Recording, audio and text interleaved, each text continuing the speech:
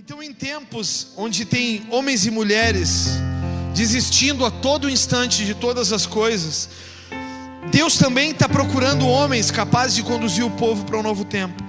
A grande questão então a ser discutida aqui é quem você será nessa jornada. Está todo mundo olhando para lá. Vocês querem que eu sente, que eu saia de cena? O que vocês desejam? Para de chamar atenção, ficou olhando para mim. Amanda! A grande questão a ser discutida aqui é se você será carregado por alguém ou se você será um dos valentes que irá carregar alguém. E eu quero te desafiar a pegar o braço desse irmão que está do seu lado aí e perguntar para ele: quem você é? Você precisa ser carregado por alguém? Pergunta aí. Ou você tem carregado alguém? Deixa eu te perguntar agora, antes de dar início na real aqui, se você tem andado atrás de pessoas, se você tem discipulado alguém, se você procura alguém, se você é daqueles que liga: não te vi no culto, cara, onde é que tu tá? O que está acontecendo? Por que tu não apareceu? Tem sentido tua falta? Se você tem orado para alguém: te mandei uma palavra aí, tu leu? Quem tem feito isso? Eu tenho feito isso com tantos. Por exemplo, teve um casal que não foi na célula na terça, e eles devem de estar olhando online. A irmãzinha passou a semana inteira viajando e ela disse para mim que estaria. E é da minha célula, inconveniente ainda. Mas essa semana eu vou atrás dela. Quem de vocês tem sido assim? Levanta a mão. Eu tenho mandado palavra para tanta gente. Obrigado, irmão, são tão poucos. Vocês que não estão fazendo nada, isso significa. Os que estão fazendo, fiquem em pé. Vocês podem me ajudar? Fiquem em pé por um instante. Agora, vira para a igreja, por favor, para vocês verem o quantos tem para carregar. Que coisa difícil que vai ser, irmãos. Porque se você não faz isso com uma vida, se você não procura uma vida, é porque você não tem um entendimento do quanto vale uma vida, do quanto uma vida tem valor. Agora eu quero fazer uma colocação aos homens, apenas homens. Diga comigo aí: estou aqui, só os homens. Mais forte, agora com voz de homem, não com voz de gazela. Estou aqui. Agora diz para tua mulher: estou aqui. Pô, piorou pra caramba. Não, vamos lá, com fé. Paciência. Olha a risada das mulheres, irmãos. Eu me comprometo que eu já vou começar a pregar sério, como crente, tá? Sério. Mas digam agora: estou aqui. Ficou meio fininho, ficou estranho, mas... Agora as mulheres, digam: estou aqui. Estou aqui. Eu vou tirar o microfone porque eu vou me irritar, para aí. Como que pode as mulheres serem mais fortes que os homens? Tem homem que está só de camiseta. Gabriel, dá um berro no ouvido dessa mulher aí. Diz aí os homens: estou aqui. Aí, não parece umas gazelas? Pelo amor de Deus. Até me perdi. Ai, Jeová, me ajuda. Aos homens, na sua casa e na sua família, quem é que tem lutado as batalhas? Por causa da rebeldia do povo, ou da sua própria rebeldia e distância de Deus, o Senhor tem precisado levantar valentes de outras famílias. Ou você tem sido esse valente do Senhor pela sua família? Homens que não procuram por ninguém e que não chamam ninguém. Quem tem lutado na sua casa? Quem tem se prostrado na sua casa? Quem tem sido um instrumento de Deus na sua casa? Essa semana, na sexta-feira, nós tivemos um encontro de casais. Dentre muitas coisas que me marcaram, uma delas me marcou. Oi, Amanda, tá tudo bem contigo? Essa é a Amanda. Ela se deu folga. Tá tudo bem. Decisão muito espontânea, muito verdadeira do coração dela.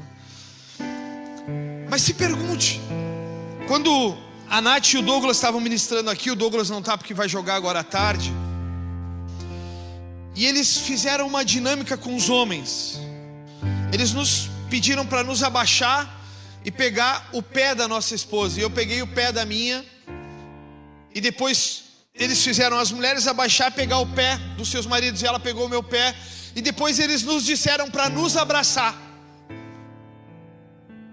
E aí eu fiquei, e tem casal que está aqui que não veio, misericórdia da tua vida, eu não vou na tua casa te aconselhar quando tu me chamar, porque tu mesmo não está lutando pelo teu casamento, tá?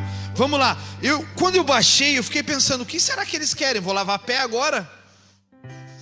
Mas quando eu levantei, eles disseram para dar um abraço, eles disseram a seguinte frase: é muito mais fácil dar um abraço do que pegar do pé. É muito mais fácil trocar o pegar no pé por um abraço verdadeiro. E quantos de nós não fazem isso? Ficam o tempo inteiro pegando no pé um do outro, quando nós deveríamos ser os valentes que estão levantando a fé e fortalecendo a fé uns dos outros. Aos homens em primeiro lugar, deixa eu te dizer algo. Ao invés de estar pegando o pé da tua esposa, da tua família, você deveria ser aquele que carrega o carro, que carrega essa casa, que carrega essa família. Ah, mas pastor, a minha família se enfraqueceu. Deixa eu te dizer algo, homem, é sua responsabilidade exclusiva. Ah, mas pastor, a minha família não está mais buscando a Deus. É sua responsabilidade. Vá para o seu quarto, chore e ore. Vá para o seu quarto, se posicione. Vá para o seu quarto e lute.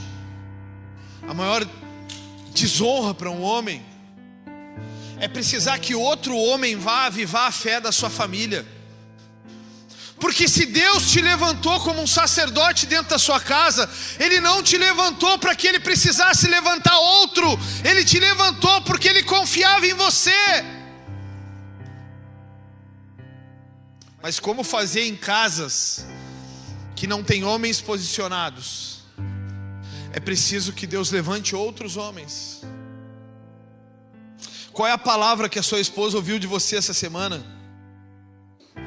Tem que pagar a luz, tem que pagar a água, é isso que ela tem ouvido de você? Essa responsabilidade também é sua. Qual é a palavra que a sua esposa tem ouvido de você? Ah, não estou bem, amor, ora por mim, é isso? Qual é a palavra que a sua esposa tem ouvido de você? Ah, os negócios não andam bem, as coisas estão indo mal, estou com vontade de desistir, é isso? Então em quem ela vai se apegar quando ela tiver o seu dia mal? Em quem ela vai buscar auxílio quando ela tiver seu dia mal? Em quem ela vai buscar alguém que a conforte quando tiver um dia mal?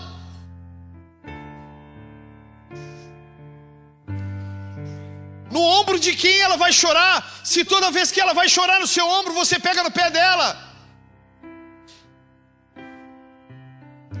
Aos homens. Agora as mulheres.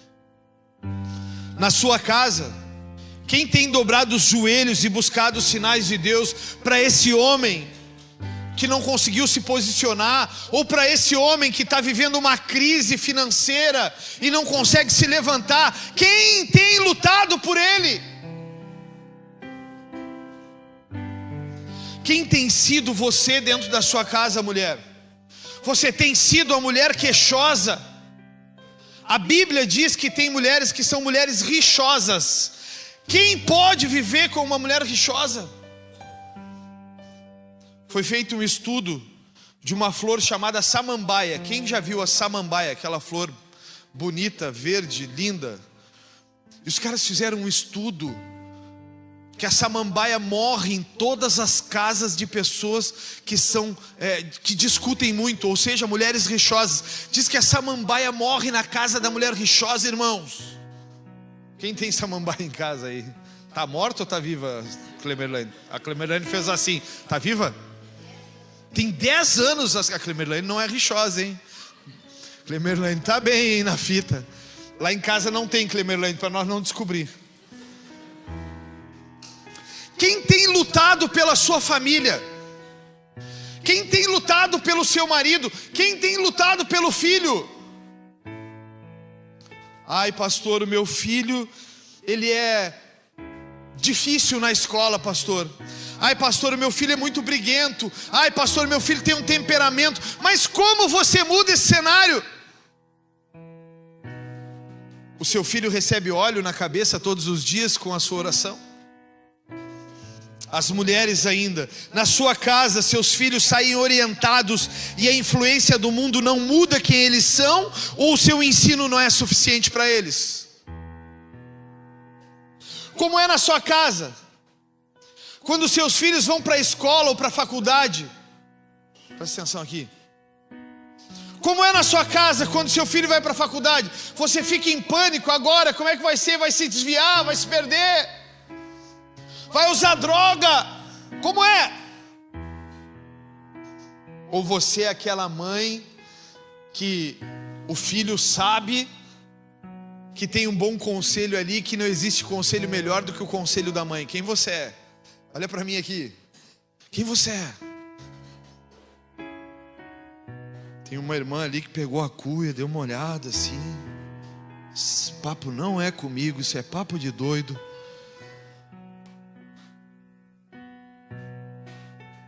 Quem você é na sua casa? Eu e a pastora, nós temos andado de casa em casa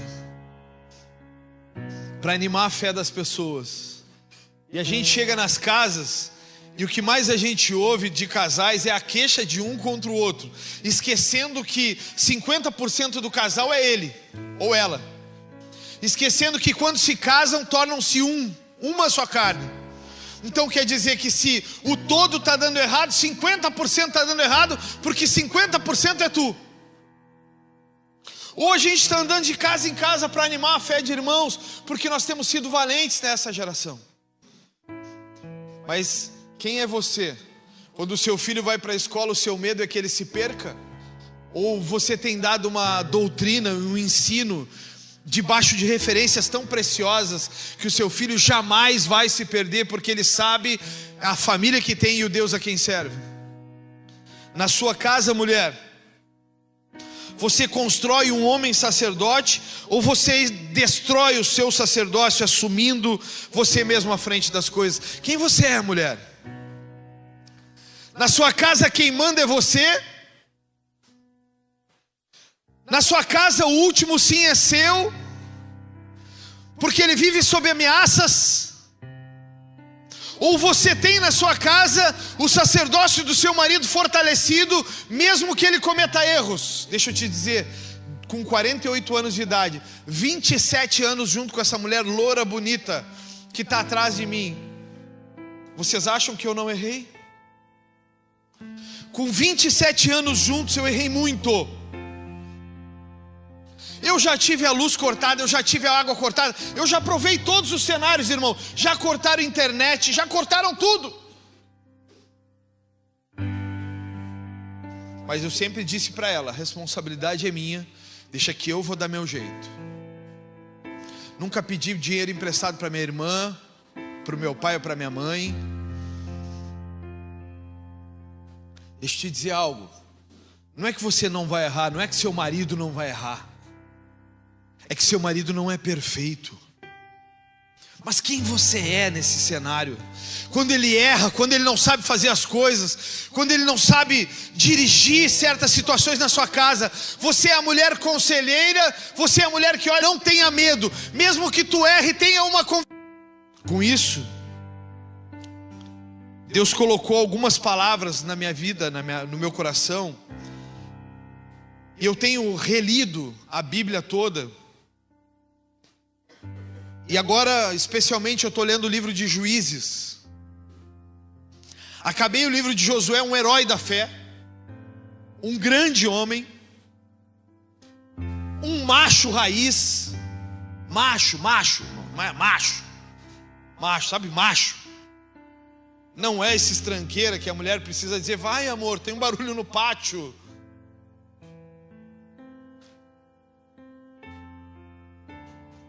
Tem homem, cara. Se belisca aí, irmão. Se gritar, tu já sabe. Homem, se belisquem aí. Se ele grita, belisca, Seco, tu tá dormindo? Não pode dar aquele gritinho só. Tem homens, cara. Israel se perdeu. Lendo Josué tem 100 anos. Repita comigo essa frase, essa palavra: 100 anos. Josué está com 100 anos e Deus olha para ele e diz assim: Josué, está passando a tua idade, cara. Josué, a tua idade está avançada, mas ainda tem muita coisa a conquistar. Diga para quem está do seu lado: ainda tem muita coisa a conquistar. Deus olha para Josué e está dizendo para ele assim: Josué, tu está ficando velho, mas faltam valentes. Não está escrito isso na Bíblia, mas eu estou colocando na nova versão Scarduelli. Mas faltam valentes. Aline, se não faltassem valentes, Deus ia olhar para Josué e ia dizer: Josué, cara, que trabalho tu fez até aqui, hein, velho? Tu tem 100 anos, cara, e eu vou te dar o aposento agora. Tu vai ficar descansado aqui só olhando para esse povo, porque eu estou levantando o filho de Josué para ganhar essa terra e vai te entregar em mãos. Aí Deus olha para os caras. Os caras é um bando de frouxo que só reclama. É ela, pastor. É ela que faz isso, pastor. É ela, pastor. Pastor, é ele, é no trabalho, ele está me perseguindo. Nunca é tu. Pastor, é porque está corrido, pastor. Eu não li a Bíblia, mas está corrido, pastor. É porque eu não tenho tempo, pastor. Eu fiz uma palavra aí esses dias, e eu disse que na segunda-feira ia estar cheio de gente na academia. Tem uns sem vergonhas aí que não estão postando na academia, mas eu sei que estão indo toda semana e não iam. E tem outros sem vergonhas, né? Não vou falar o nome dele, ele está ali sentado me olhando, que não está indo também. Mas Deus olha para Josué e disse assim: cara, tu está em avançada idade, cara, mas ainda tem muito a conquistar.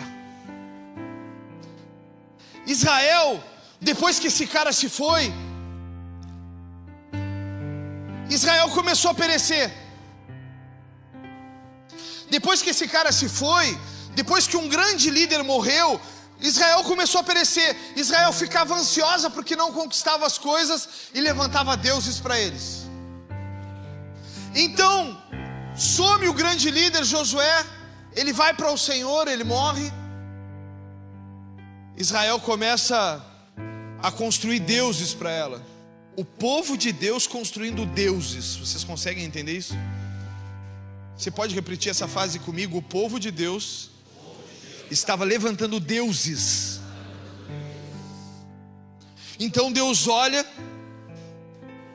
e levanta um juiz sobre esse povo chamado Otoniel. As mães que estão grávidas, Otoniel, um bom nome. E eu quero te convidar a abrir a tua Bíblia em Juízes capítulo 3. Juízes 3. Passa Deuteronômios. Depois é bem pertinho aí. O grande problema de Israel é que eles confundiam os desejos pessoais com propósitos. O grande problema de Israel é que o que era para ser bom se tornou ruim, porque eles só pensavam nos seus prazeres. O que era para ser guiado por Deus passou a ser guiado pelo mundo. Vocês estão aqui? Juízes capítulo 3. Todos acharam? Vamos lá. Os israelitas, versículo 7, nova versão transformadora. Os israelitas fizeram o que era mal ao Senhor, aos olhos do Senhor. Esqueceram do Senhor, o seu Deus, e serviram às imagens de Baal e aos postes de Aserá. Então a ira do Senhor se acendeu contra Israel, e ele os entregou a Cusã-Risataim, rei de Aram-Naarim. E os israelitas serviram a Cusã-Risataim durante 8 anos. Primeira coisa, Israel fez o que era mal aos olhos do Senhor e esqueceu o Senhor adorando outros deuses. Agora eu te faço uma pergunta. Israel estava nervosa, ansiosa porque não conseguia as coisas e levantou um Deus e o seguiu. Mas deixa eu te fazer essa pergunta: você não tem feito o mesmo e levantado deuses no lugar do Senhor? Claro que você, como crente, vai dizer que não. Mas deixa eu te fazer outra pergunta então agora. Quando financeiramente as coisas não estão indo bem, você não dá um jeitinho? Quando parece que na sua profissão as coisas não estão indo no caminho que você desejava, você não acha um jeitinho, ao invés de permanecer fiel a Deus, até que Ele te dê um caminho ao invés de um jeitinho? Quantos de vocês aqui serviam a Deus e abandonaram porque iam rapidamente fazer um trabalho, uma faculdade, um curso, e pararam de servi-lo, e o tempo que era dele passou a não ser mais dele, porque o tempo que era dele precisou ser dado a outro tempo, ou a um Deus que se levantou? Tem gente que trabalha em 2, 3 lugares. Tem gente que constitui família, mas a família não o tem.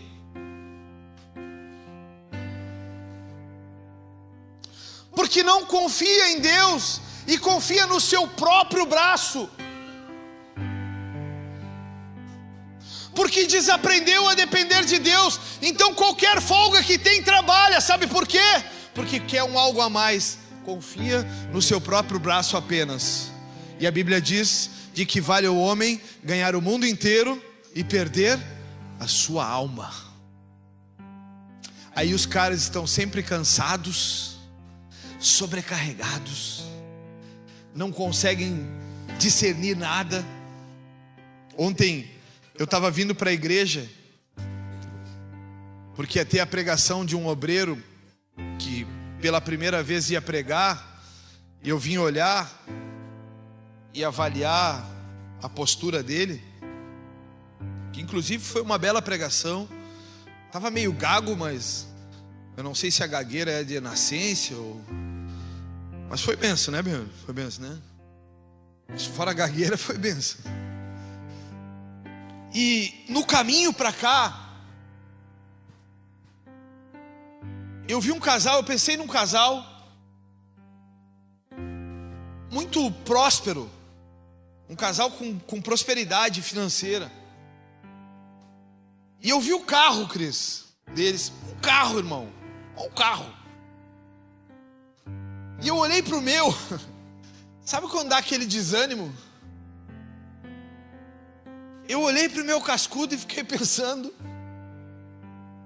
pô, bem que eu podia. Eu tenho 48 anos, eu podia estar com um carrão, podia fazer tantas coisas.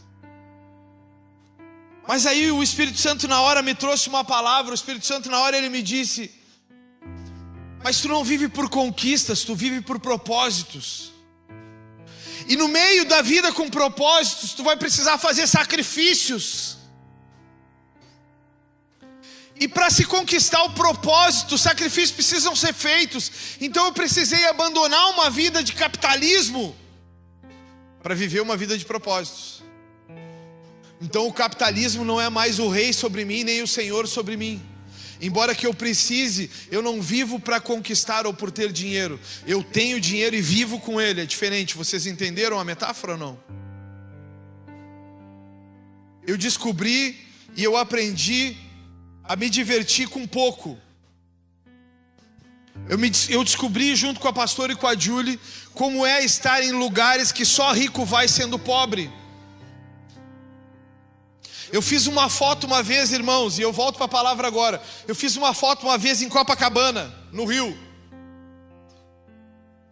frente para o mar. A simulação está aqui. Essa era a mesa que eu estava jantando.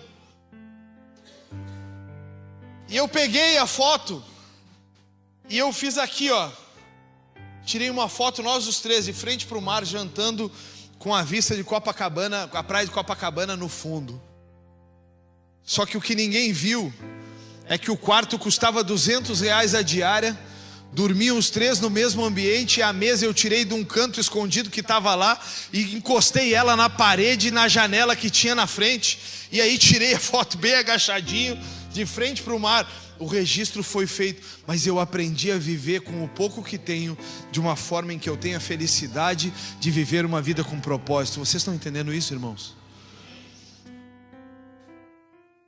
Israel estava levantando ídolos para ela, porque queria conquistar o que aos seus olhos era brilhoso, porque queria conquistar o que outros estavam conquistando, porque queria o carro que outros têm, porque queriam a roupa que outros usam, porque queriam o tênis que outros usam, porque queriam a casa que outros têm. Não é incomum tu ir numa casa e tu vê na casa das pessoas o mesmo quadro que tu tem, o sofá, a televisão, porque as pessoas olham e o padrão de conquista se torna aquilo que tu tens. Israel estava fazendo isso, estava levantando para eles deuses, porque queriam ter coisas, conquistar coisas, estar em outros momentos e não conseguiam. Então Deus olha para esse povo e se acende a ira de Deus. Mas o ponto número 2 é o mais chocante. Presta atenção aqui, porque o ponto número 2 para mim é o mais chocante. E eu quero que você me ajude a repetir, para que você passe a mesma vergonha que eu falando esse nome. Diz assim: Israel serviu a Cusã-Risataim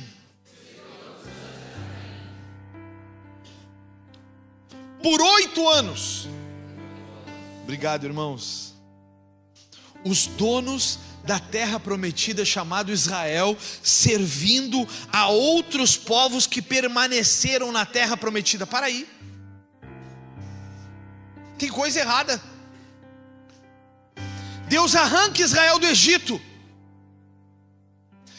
Deus abre o mar para Israel passar no Egito, para fugir do Egito. Depois Deus abre o Jordão para Israel passar. Deus dá a terra a Israel. Deus dá força a Israel. Deus dá líderes a Israel. Mas Israel para servir a Cusã-Risataim. Pastor Mateus, professor da nossa escola de ensino. Inclusive isso é uma das coisas que eu mais amo aqui na igreja. O nosso pastor, professor, está de atalaia hoje, porque o maior precisa ser o menor, o que serve. Pastor, Israel tem Josué, tá? Israel tem Josué. Israel tem uma promessa. Deus abriu o mar primeiro, depois os caras não se deram satisfeitos, ele abriu o Jordão para os caras passarem. Os caras vão para a terra prometida para servir Cusã-Risataim, cara. Os caras vão para a terra prometida e começam a servir Cusã-Risataim, um rei. Na Bíblia, Cusã-Risataim, para ficar claro, olha o nível do que Israel fez, porque vocês nunca vão descobrir isso lendo a Bíblia sem estudar. Olha o nível. Para os crentes velhos que não sabem isso até hoje, na Bíblia, Cusã-Risataim em hebraico é o nome de um rei da Mesopotâmia que oprimiu Israel por 8 anos. Quer dizer, eles não só serviram o rei Cusã-Risataim, eles foram opressos por Cusã-Risataim. Mas o nome Cusã significa negro, tá? E Risataim significa dupla maldade ou dupla iniquidade. Então, eles serviram ao negro dupla maldade. Eles não serviram ao Deus de Israel, eles serviram a Cusã-Risataim, negro dupla maldade. Por quê? Porque não sabiam esperar. Porque não sabiam esperar, porque não sabiam se posicionar. Ao invés de pegar do pé, ao invés de dar abraços, eles pegavam no pé.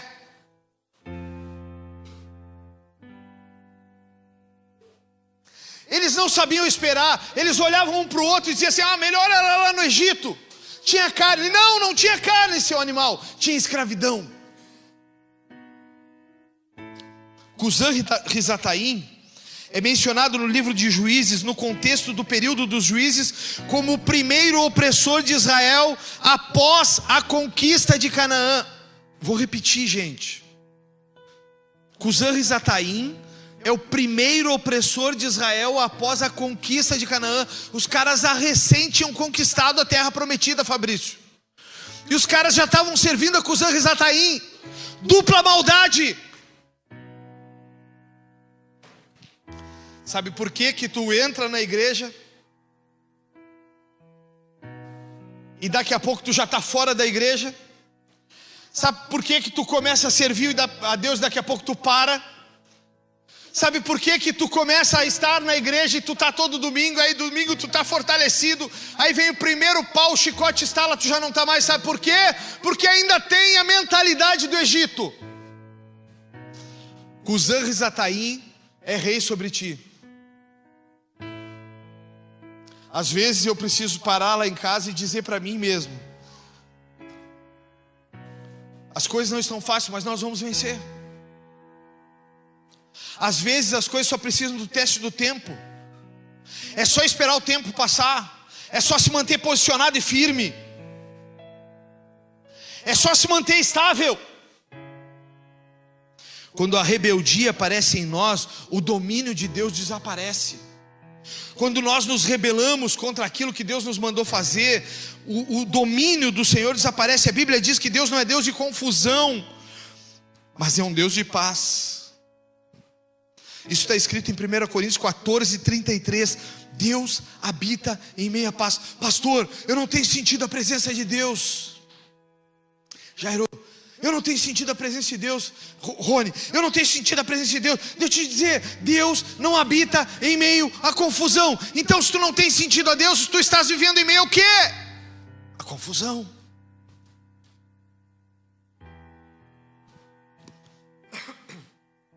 Pastor, mas eu leio. Pastor, mas eu oro. Mas o quanto tu faz de queixa? O quanto tu questiona tudo? O quanto tu ainda está com a mentalidade do Egito? Vamos fazer um ato profético aqui juntos ou não? Vamos? Faz assim, bota a mão na tua mente assim então. Todo mundo, para não ficar para trás. Diz assim comigo: Senhor, eu arranco daqui toda a mentalidade do Egito agora. Em nome de Jesus. Amém. Faz assim agora. Quem não fez vai ficar com a mentalidade do Egito, é isso? Deus tenha misericórdia da tua vida, irmão. Quando o povo de Deus não se posiciona, quando o povo de Deus vive em meio à confusão, Deus não habita em meio à confusão. Abre aí para mim 1 Coríntios 14:33, Duda, abre aí rapidamente. Eu tenho tanta coisa para falar aqui ainda, Duda, mas parece que já vai acabar. Aí, 14:33. Vai, Data Show. A gente comprou um computador novo agora, Senhor. Olha para isso, nós gastamos 5 mil reais agora, Pai.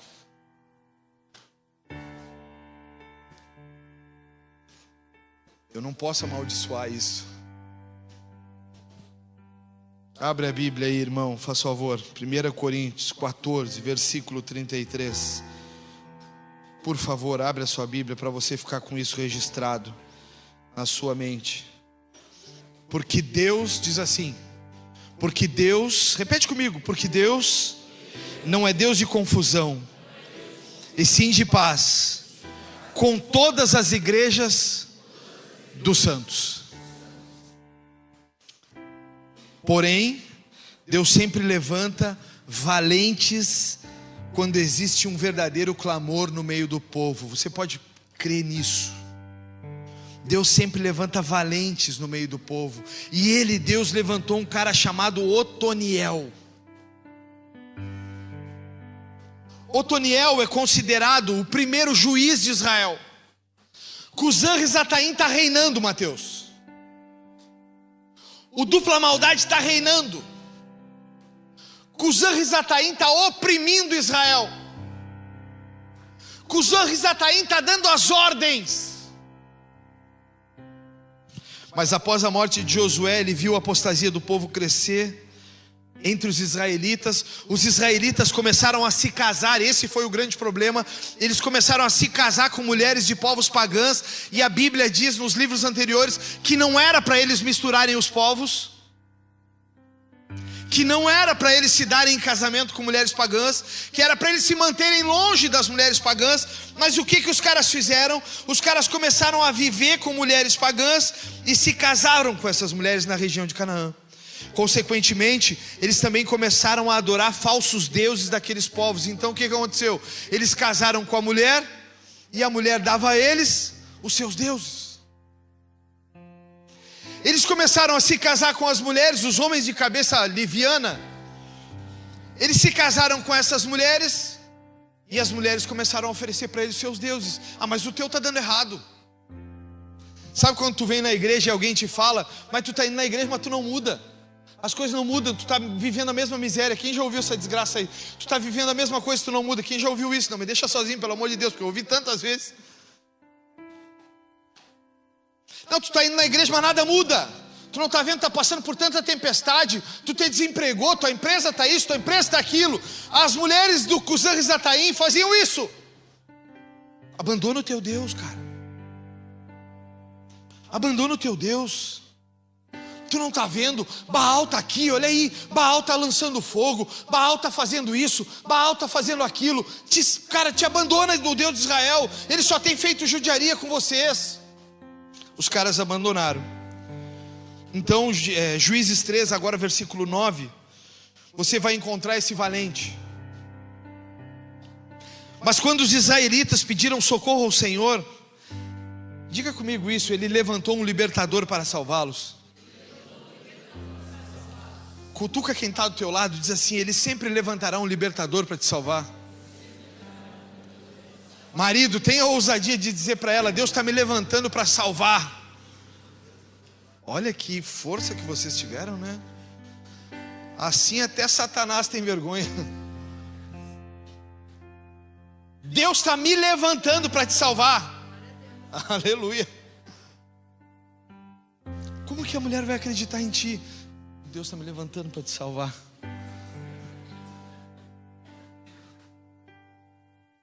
Solteiras, Cláudio Duarte diz o seguinte: quem tem mais de 35 anos, homens aqui, homens com mais de 35 anos, levanta a mão.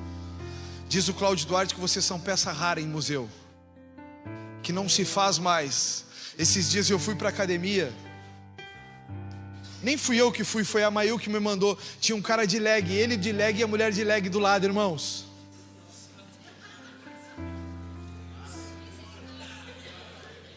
Aí, de leg, irmãos. Aquela leg zona, a bunda. Homens de 35, vocês são uma reprodução escassa. Então olha para tua mulher e diz para ela agora: pelo amor de Deus, Deus está me levantando. Olha que voz.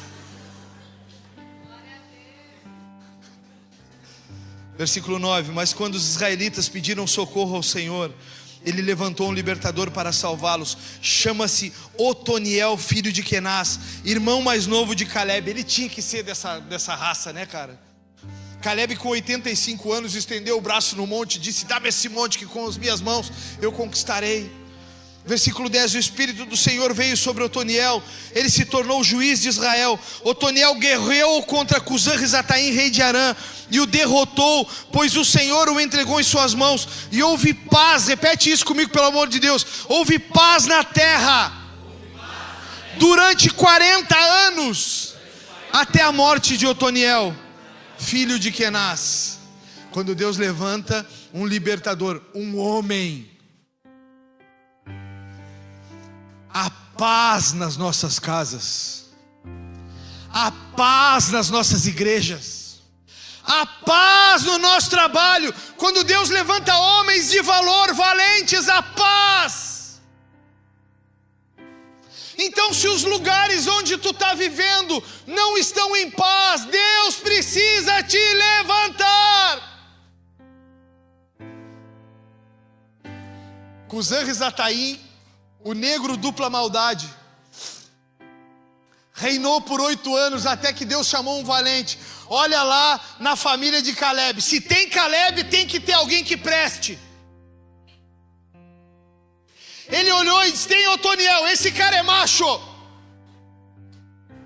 Isso é homem que não se vira com qualquer dificuldade. Isso é homem que não se entrega. Isso é homem que levanta mais cedo. É homem que não dorme mais do que a mulher. É homem que quando a mulher levanta já vê ele de pé. É homem que a mulher não precisa dizer amor, tu leu a Bíblia hoje? Não, é homem.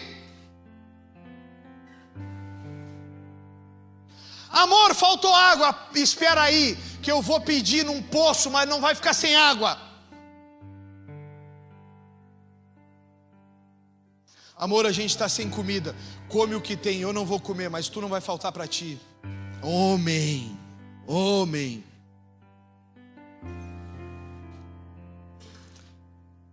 Quando se diz que Otoniel foi o primeiro juiz de Israel, não significa apenas que ele libertou o seu povo da servidão estrangeira, mas que foi o primeiro homem a restaurar a ordem e a autoridade na nação de Israel. Primeiro homem, Mateus. Dá para botar filho de... Dá tempo de botar Otoniel ainda, Laírton? Que vai ser pai agora. Não dá? Próximo. Otoniel Júnior. Otoniel, ele não é um homem qualquer. Otoniel é um homem que restaura a paz e a ordem. Pastor, as coisas não estão indo bem na minha casa. Chama o Otoniel, porque tu não está conseguindo. Deus, manda um Otoniel. Que Deus livre de ser eu, tá? Eu não tenho mais tempo para ir na casa de todo mundo. Não, que Deus te levante como Otoniel. Que Deus te levante. Quando a mulher começa a atucanar a cabeça da gente, elas não estão aqui. Está só nós homens. Quando elas começam a atucanar: mas tu não viu que está faltando tal coisa? Olha para minha roupa. Olha esse calçado velho que eu tô, não tenho dinheiro para nada. Quando ela começa a dizer: tu não está vendo que está todo mundo viajando, só nós que não, miserável. Que se levante Otoniel na tua casa. Que Deus traga uma palavra. Que mesmo que não tenha lugares para viajar, que não tenha dinheiro para viajar, que não tenha dinheiro para boas roupas, tem paz em Israel. Ah, pastor, eu não estou conseguindo fazer coisas que eu queria fazer por ela. Mas deixa eu te perguntar, tem paz em Israel? Não, não tem paz, pastor, então não tem Otoniel.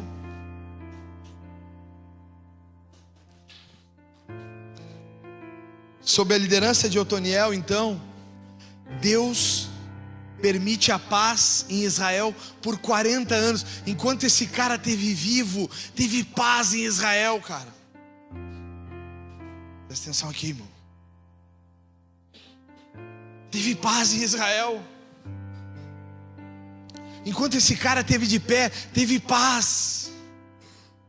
Deixa eu te dizer, Deus só precisa de ti para ver paz na tua casa. Mas pastor, eu não consigo. Deixa eu te falar, seja como Otoniel. Quer que eu te dê uma característica de Otoniel?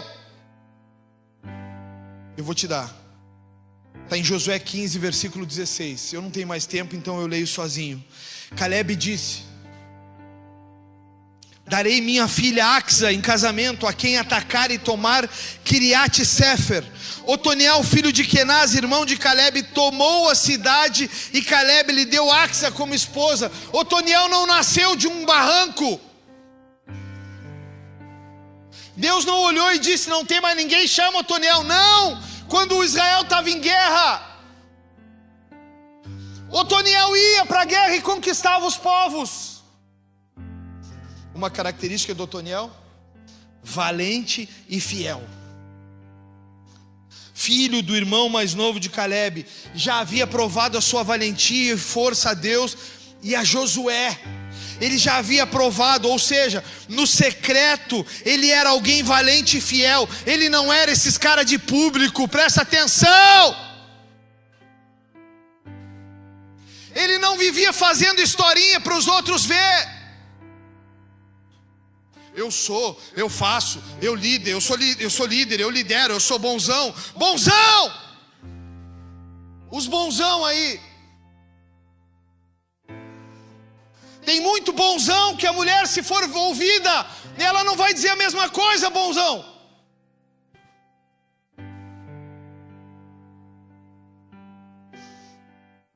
Deixa eu te falar. Otoniel, Caleb disse, vou repetir, Caleb disse: darei minha filha Axa. Esperem, mulheres, já vai chegar em vocês, fiquem tranquilas. Vai chegar estalando o chicote também. Caleb disse, Mateus, olha para mim, Mateus, aqui, porque a história é eu e tu. Caleb disse, Mateus: darei minha filha Axa em casamento a quem atacar e tomar Kiriat Safer. Ele não está dando a filha para quem for ali na esquina e cantar um hino. Não, ele está dando a filha para quem for conquistar um povo. Espada, morte, guerra. Otoniel, filho de Kenaz, irmão do Caleb, toma a cidade e Caleb lhe dá Axa. Que bela mulher deve ser Axa, hein, irmãos? Mas Otoniel era o cara do secreto, Mateus. Quem que estão precisando conquistar? Kiriat Sefer. Deixa comigo. Eu gostei da Axa, hein? É bonita, cara.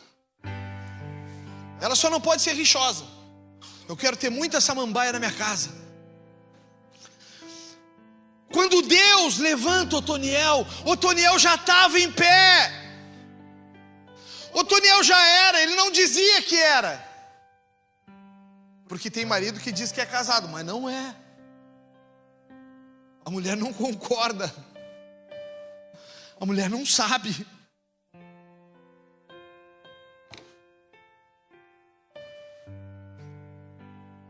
Quando Deus levanta esse cara, Deus determina a paz sobre Israel. Acabou, é Otoniel que está lá. Não é um covarde qualquer, é Otoniel que está lá. Um valente e fiel homem que eu tenho comigo. Mas o povo mais uma vez se entrega aos prazeres e abandona o propósito após a morte de Otoniel e volta a ser escravo. É mais ou menos com quem se converte e não consegue se firmar nunca. Está sempre assim: tô crente, não é crente, se é crente, não é crente, é crente, não é crente, é crente, não é crente, é crente, não é crente. Olha a rede social, pensa, se desviou. Aí olha a rede social, pensa, se converteu. Olha a rede social, pensa, se desviou. Olha a rede social, pensa, se converteu.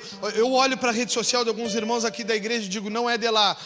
Não, mas apareceu, é de lá. Não, não é de lá. Não, é de lá. Não, não é de lá. Não, é de lá. Não sei se é de lá. A rede social parece um vômito, um desabafo o tempo inteiro. Eu falei uma frase ontem que ficou de posse do pregador da noite, né, pregador? Ele nem lembra qual é, né? Esses dias eu vi uma frase de um cara que ele falava um pouco sobre redes sociais e a imagem de cada um. E ele dizia sobre o que postamos nas nossas redes sociais.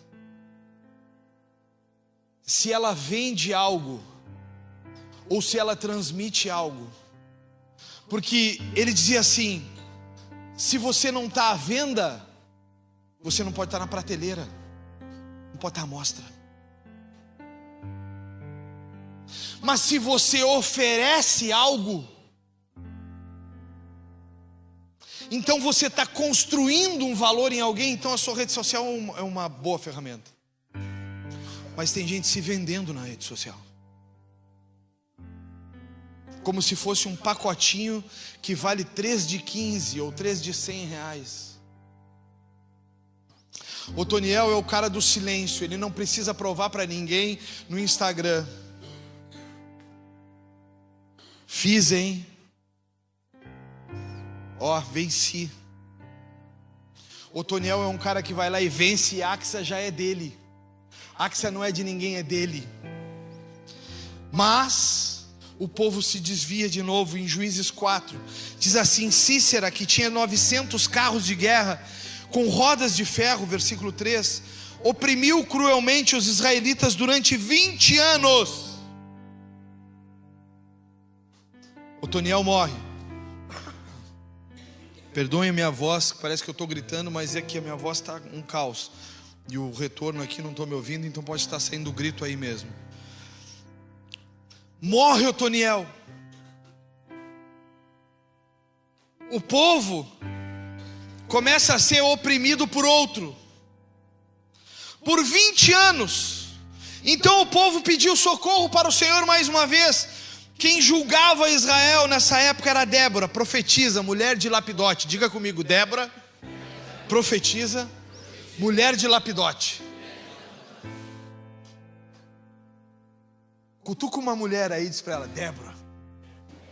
Não, mas cutuca com Débora. Eu vou sair daqui. Homem, diga para ela aí: eu estou saindo daqui, Otoniel. Mas eu vou te arrastar para ser Débora também, miserável.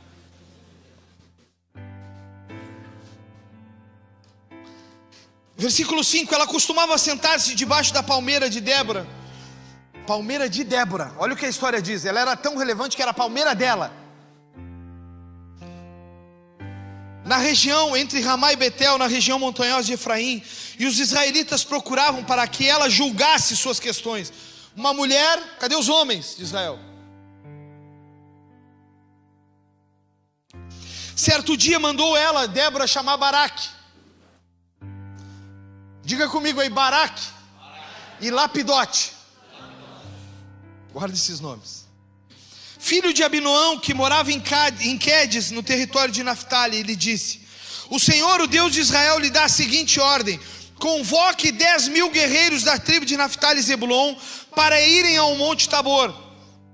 Eu farei Cícera, comandante do exército de Jabim, ir com seus carros de guerra e guerreiros até o rio Quizon.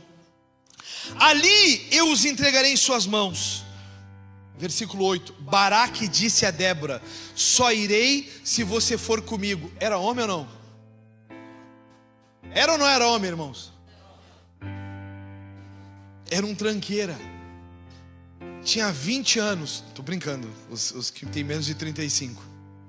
Tá? É brincadeira, pega leve, não me critica. Baraque disse a Débora: só irei se você for comigo, senão não irei. Débora respondeu: está bem, eu irei. Mas você não receberá honra nessa missão, pois o Senhor entregará Cícera nas mãos de uma mulher. Então Débora foi com Baraque a Quedes, irmãos, espera aí, por favor. Tem homem que não está indo sem Débora. Amor, tu vai comigo? Amor, o que eu faço?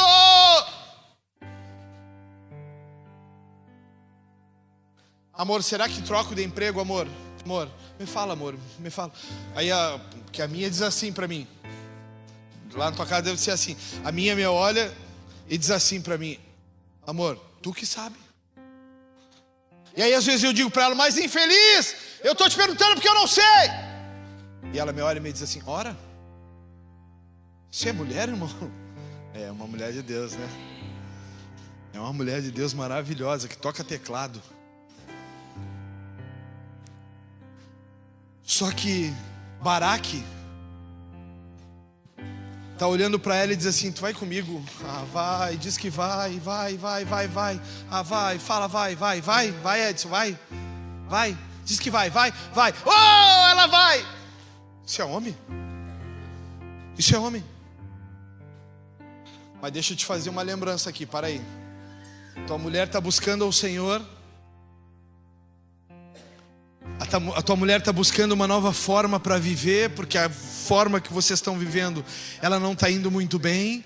A tua mulher tem se posicionado, tem orado, tem jejuado, tem buscado, e ela pergunta para ele: vamos? E ele diz: ai, amor, será? Não sei, acho que não vou hoje, vou ficar olhando o Grêmio. E aí a juíza Débora está embaixo da árvore, da palmeira dela mesmo, está dizendo para ele: deixa que eu julgo o covarde, porque tu está parado, distraído. Amor, eu vou jogar. Mas está todos os casais indo para o culto de casais. Amor, vamos ficar na lareira, amor.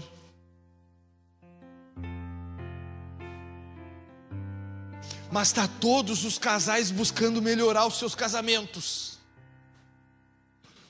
Está todos os casais ali humilhados, baixados que aquele nordestino ordinário mandou.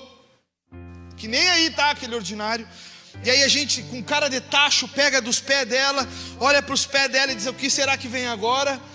E aí ele diz assim: é melhor abraçar do que ficar pegando do pé. Aí tu levanta que nem um paspalho e pensa o seguinte: eu pego do pé muitas vezes. E aí o ordinário do nordestino está certo.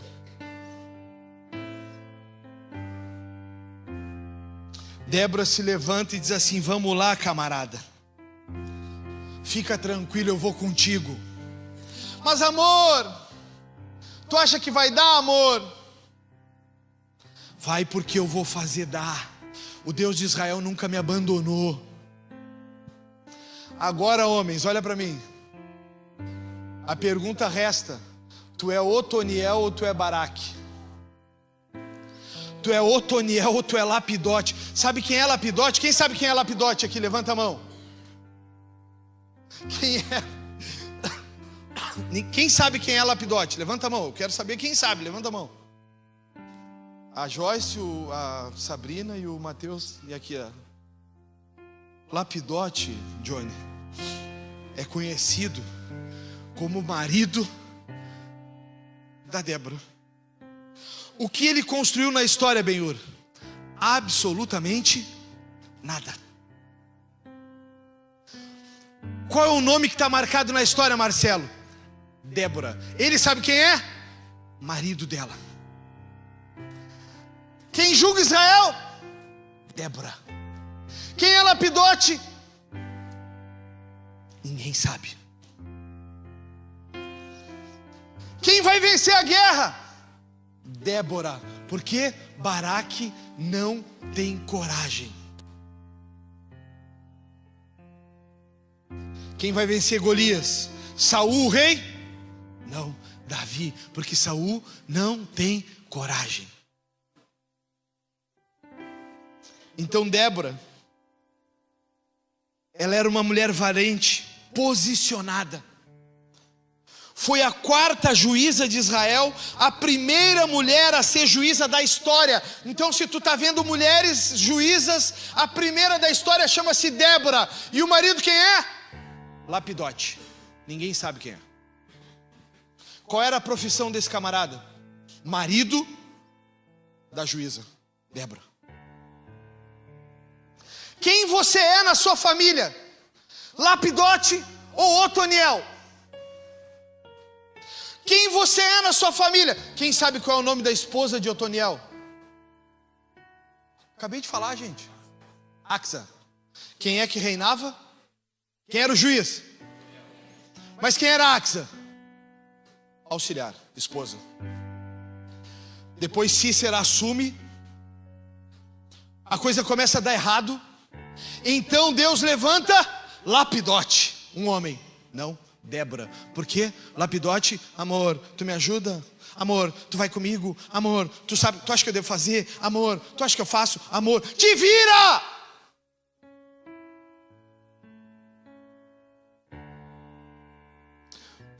Perca tudo menos a sua família. Perca tudo menos a sua família. Perca todas as coisas menos a sua família. Um homem que perde a sua família tem fracasso na sua história para o resto da vida. Perca tudo, perca emprego, perca tudo, mas não perca a sua família. Porque o homem que diz ser sacerdote da sua casa jamais pode entregar o controle da sua família.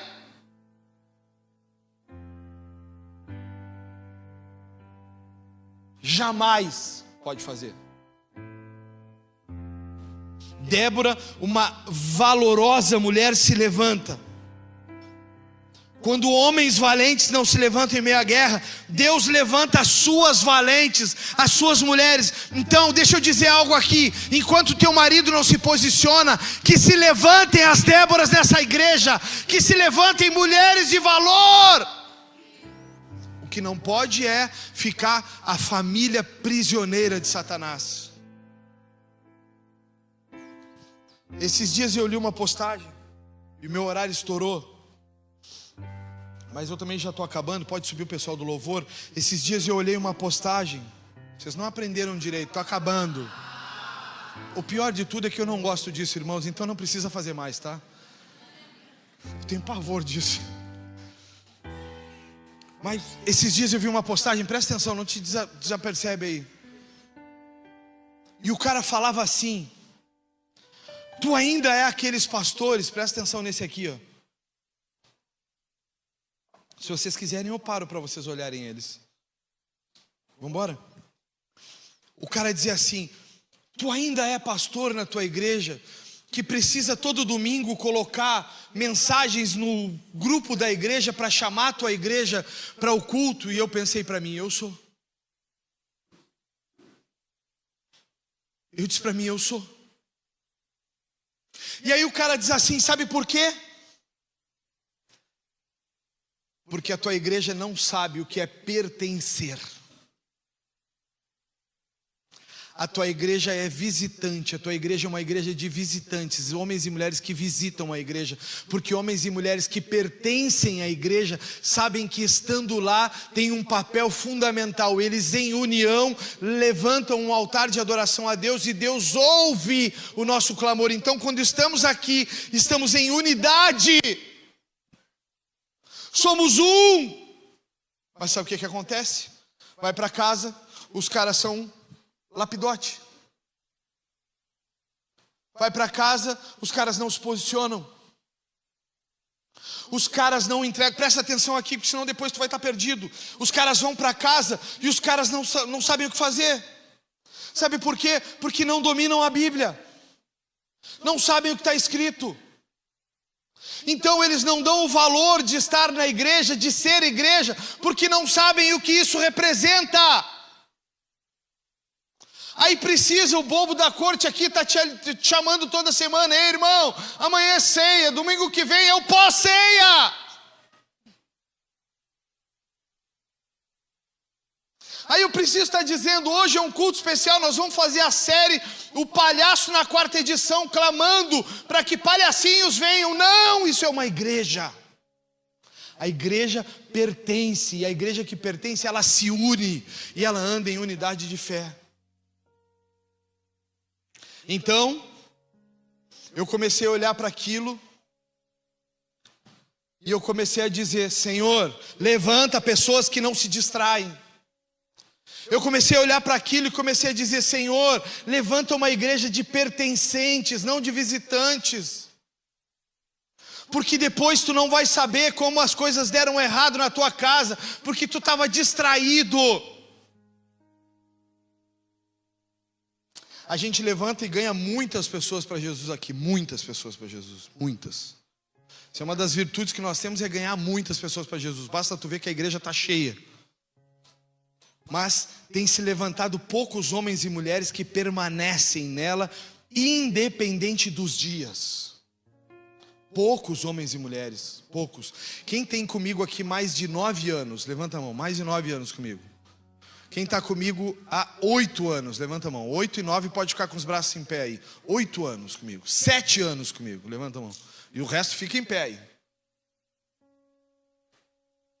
A cada semana, a cada mês, passam aqui em torno de 1.400 pessoas por mês. Em torno de 1.400 pessoas passam por mês. Como que pode permanecer tão pouca gente? Ah, mas é por causa dos defeitos da igreja. Então tu não está por causa do Cristo dela?